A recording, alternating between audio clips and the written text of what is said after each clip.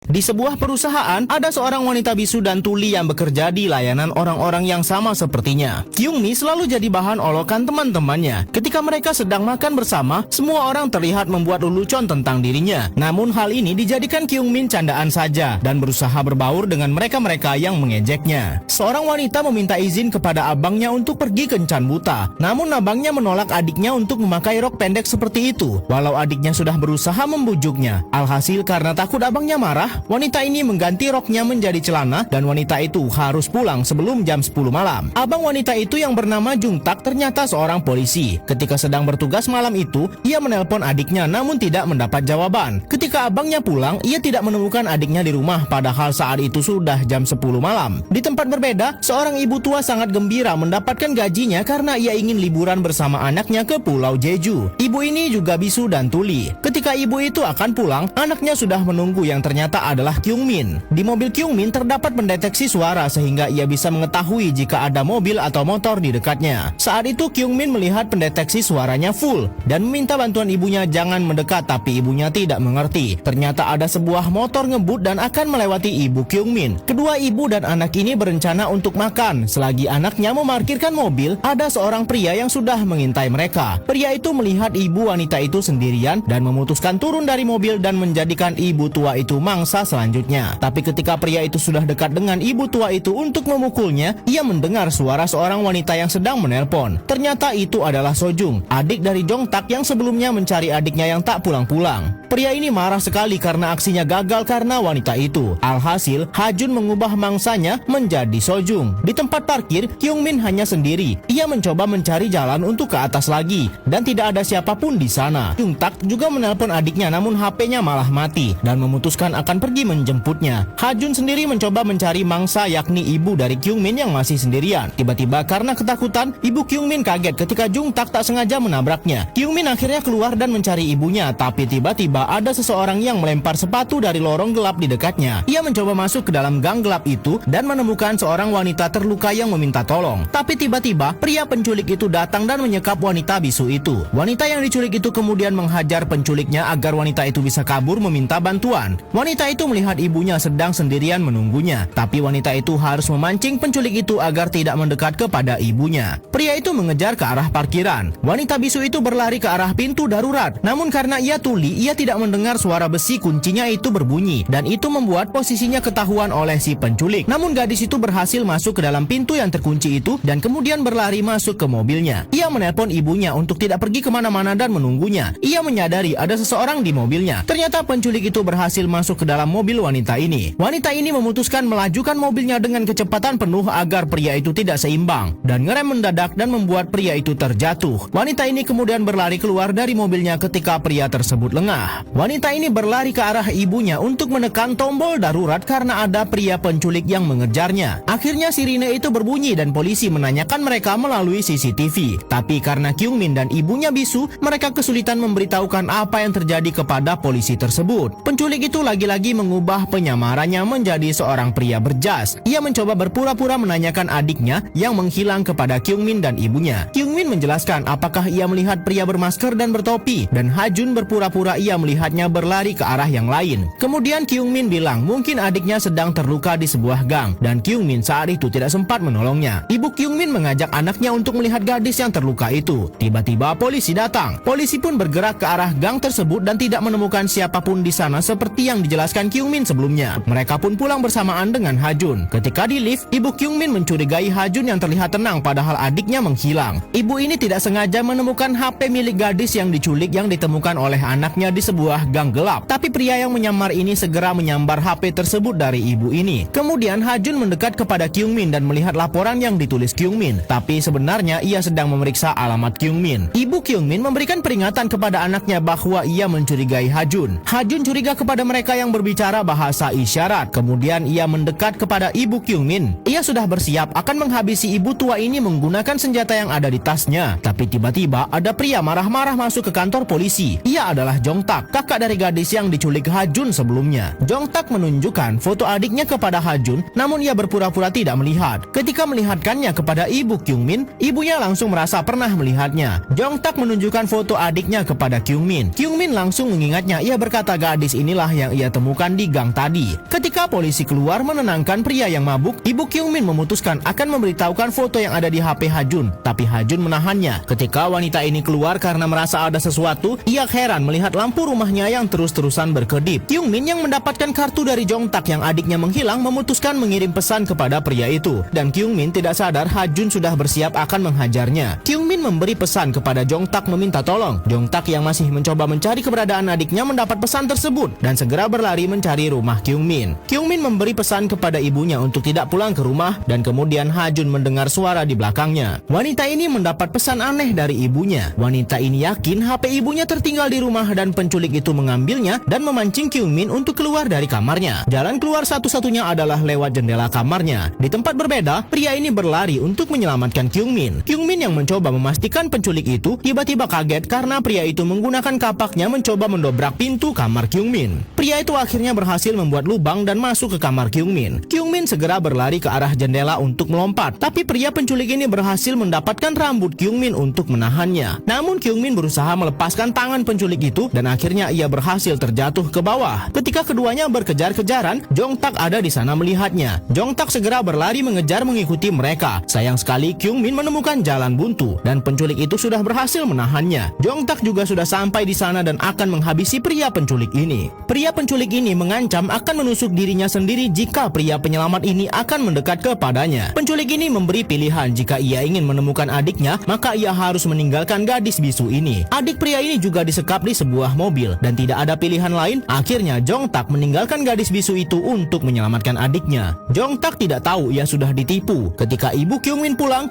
ibu Kyung-min mengira ini semua adalah perbuatan Jong Tak. Kyung-min sendiri yang disekap penculik ini berhasil kabur dengan melempar pasir mengenai Ha-jun dan segera berlari dari penculiknya. Ketika Kyung-min berlari, ia kaget ada seseorang keluar dari mobil. Gadis itu adalah adik dari Jong Tak yang selama ini menghilang. Kyung-min dan adik Jong Tak bersembunyi. Kyung-min menulis bahwa wanita ini harus menghubungi kakaknya karena ia ada di dekat sini. Ketika Ha-jun mencari keberadaan mereka, adik Jong Tak sendirian ada di sana. Kyung-min memukul-mukul besi di dekatnya agar Ha-jun melihatnya. Ha-jun melihat Kyung-min memegang senjata mengarah kepadanya. Wanita bisu itu berhasil menyembunyikan alarm dan kabur darinya. Polisi akhirnya datang menyelamatkan gadis ini bersama dengan abangnya. Adik Jong Tak kemudian bilang anaknya mengalihkan si penculik ke arah kota dan ia tidak bisa menyelamatkannya. Kyung-min yang bisu meminta tolong kepada orang-orang, namun orang-orang tidak mengerti. Penculik itu gembira melihatnya, tapi tiba-tiba saja Kyung-min mengeluarkan pisau sebelum penculik itu mendekat kepadanya. Ketika salah satu orang menelpon polisi, penculik itu segera menahannya dan bilang bahwa Kyung-min adalah adiknya yang sakit jiwa. Akhirnya Kyung-min dibiarkan bersama penculik itu karena tidak ada orang yang mengerti. Kemudian Kyung-min dibawa ke sebuah tempat sepi. Tiba-tiba Jong Tak datang menyelamatkannya. Penculik ini masih bertekad ingin menghabisi mereka dan ia tahu bahwa ibu Kyung-min ada di sekitar sini dan berbalik mencari keberadaan ibunya. Pria ini kemudian berpura-pura mendekat kepada ibu itu dan menganggap dia adalah ibunya. Ketika ibu itu menanyakan keberadaan anaknya, dengan santainya si penculik menunjuk arahnya. Kyung-min yang masih memegang pisau berlari untuk menyelamatkan ibunya dari pria penculik itu.